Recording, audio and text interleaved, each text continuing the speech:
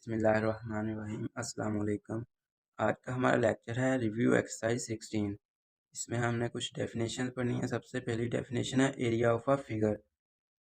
किसी भी शेप का एरिया से क्या मतलब होता है, क्या मुराद है। The region enclosed by the boundary lines of a closed shape.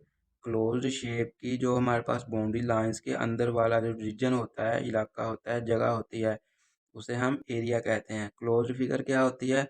इस तरह की फिगर जो हर तरफ से बंद हो।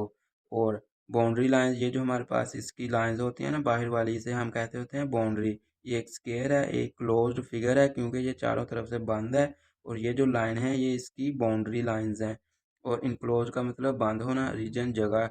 तो ये वाली जो इसके अंदर वाली जगह है ये स्क्वायर का एरिया कहलाएगी। तो सिंपल लफ्ज़ों में कोई भी शेप की जो बाउंड्री के अंदर वाली जगह होती है उसे हम एरिया कहते होते हैं। नेक्स्ट है triangular region. The union of triangle and its interior. क्या मतलब? यूनियन का हमने पढ़ा हुआ है कि इकट्ठा कर देना, और ट्राइंगल का भी आपको पता है जिसकी 3 साइडें हों, और इंटीरियर यानी कि अंदर वाला हिस्सा। तो यूनियन ऑफ ट्राइंगल, ट्राइंगल और उसके इंटीरियर का यूनियन, दोनों को इकट्ठा कर देना। ये हमारे पास कोई ट्राइंगल है, तो वो कह रहा है ट्राइंगुलर रीजन क्या होता है। तो ये जो ट्राइंगल है इसके अंदर वाली जगह और ये ट्राइंगल की जो बाउंड्री लाइंस हैं वो भी, उन सब को मिलाकर जितना भी एरिया बनेगा वो ट्राइंगुलर रीजन कहलाएगा। फॉर एग्जांपल, अगर हम सिर्फ एरिया की बात करें ट्राइंगल के, तो फिर हम सिर्फ इस ट्राइंगल, इसकी ये जो बाउंड्री लाइंस हैं इसके अंदर वाले जगह की बात करते होते हैं। लेकिन जब हम ट्राइंगुलर रीजन की बात करें तो हमने ये लाइंस भी इसमें इंक्लूड करनी होती हैं। इसको हम मिसाल के ज़रिए समझते हैं। जैसे अगर हमारे पास कोई कमरा है इस तरह का, ये जो हमारे पास बाहर है ये उसको सपोज कर ले दीवारें हैं। तो अगर हम सिर्फ उस कमरे का एरिया फाइंड करना चाहें तो उससे मुराद होती है ये जो उसके अंदर वाला हिस्सा होता है, अंदर वाली जगह को हम एरिया कहते होते हैं। लेकिन अगर कोई कहे कि इस जगह का रीजन क्या है, इस जगह का रीजन हम किस तरह फाइंड करेंगे।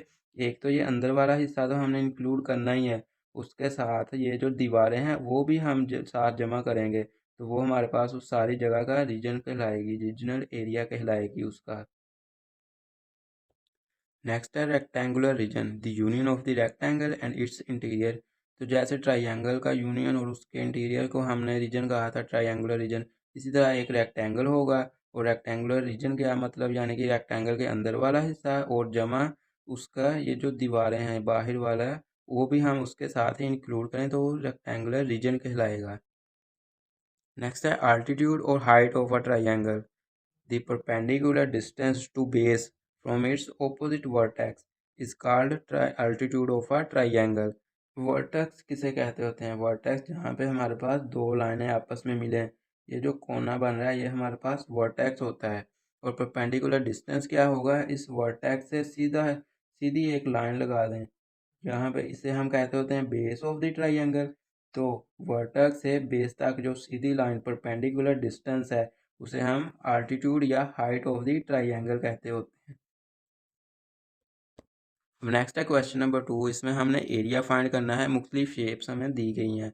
सबसे पहली शेप, ये हमारे पास ऐसी शेप जिसकी दो ऑपोजिट साइड आपस में बराबर हों, उनकी लेंथ यानी कि ये जो हमारे पास ये और ये लाइन आपस में बराबर है, इसी तरह ये और ये वाली लाइन आपस में बराबर है। लेकिन यहाँ पे ये ऊपर जो है इसकी लेंथ ज़्यादा है और इसकी कम, तो इसको हम रेक्टेंगल कहते होते हैं। तो एरिया ऑफ रेक्टेंगल क्या होता है? लेंथ मल्टीप्लाई बाय ब्रेथ, लंबाई ज़रब चौड़ाई। अब यहाँ पे लेंथ हमें दी गई है 6 सेंटीमीटर, ब्रेथ हमें दी गई है 3 सेंटीमीटर, वो लिख देंगे। मल्टीप्लाई करेंगे तो हमारे पास एरिया ऑफ द रेक्टेंगल आएगा 18 सेंटीमीटर स्क्वायर। इसका एरिया ये हमारे पास आ गया 18 सेंटीमीटर स्क्वायर। हमने जो यूनिट यहाँ पे इस्तेमाल होगा वो लिखना है, और एरिया हमेशा स्क्वायर में आता होता है, तो आप स्क्वायर ज़रूर लिखा करेंगे। तो ये हमारे पास बन गया सेंटीमीटर स्क्वायर। नेक्स्ट ये हमारे पास ना उसने सिर्फ एक साइड की लेंथ दी है, लेकिन हम देख सकते हैं कि ये वाली साइड और ये वाली साइड आपस में बराबर नहीं लग रही। ये चारों साइडें आपस में इक्वल लग रही हैं, तो यानी कि ये हमारे पास ऐसी शेप जिसकी सारी साइडें आपस में बराबर हों वो उसे हम स्क्वायर कहते होते हैं। तो अगर ये हमारे पास 4 सेंटीमीटर है तो ये भी 4 सेंटीमीटर होगी। तो और एरिया ऑफ अ स्क्वायर का फार्मूला होता है लेंथ मल्टीप्लाई बाय लेंथ। तो यहाँ पे वैल्यूज़ लगा देंगे। 4 मल्टीप्लाई बाय 4 इक्वल आएगा 16 सेंटीमीटर स्क्वायर। ये इसका एरिया फाइंड हो गया।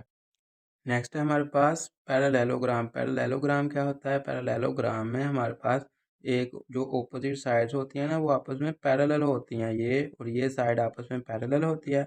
और पैरेलल लाइंस कौन सी होती हैं? जो एक ही डायरेक्शन में जा रही हो और उनके दरमियान जो डिस्टेंस हो वो सेम हो। और हमारे पास एक pair of parallel lines never intersect each other, कभी भी वो आपस में इंटरसेक्ट नहीं करती होती। तो यहाँ पे एरिया ऑफ अ पैरेललोग्राम क्या होता है? Length multiply by height.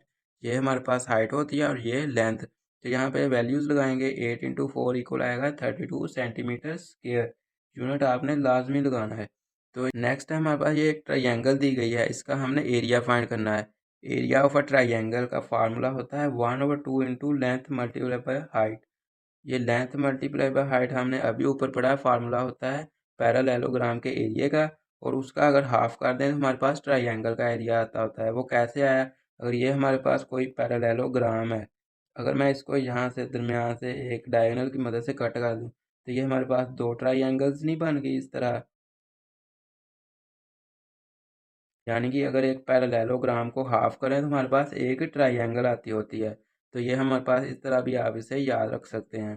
तो यहाँ पे वैल्यूज़ लगा देंगे। लेंथ हमारे पास 16 है और हाइट हमारे पास है 10। 10 इंटू 16 इक्वल होंगे 160 के, और हाफ करेंगे तो हमारे पास 80 सेंटीमीटर स्क्वायर एरिया आ जाएगा इससे ट्राइंगल का।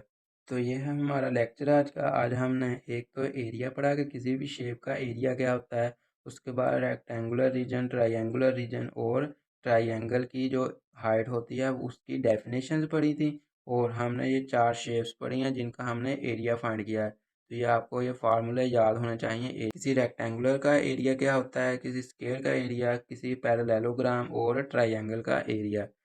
ये चार फार्मूले आपको याद होने चाहिए। और अगर किसी पॉइंट की आपको समझ ना लगे तो आप लाजमी पूछें। Thank you.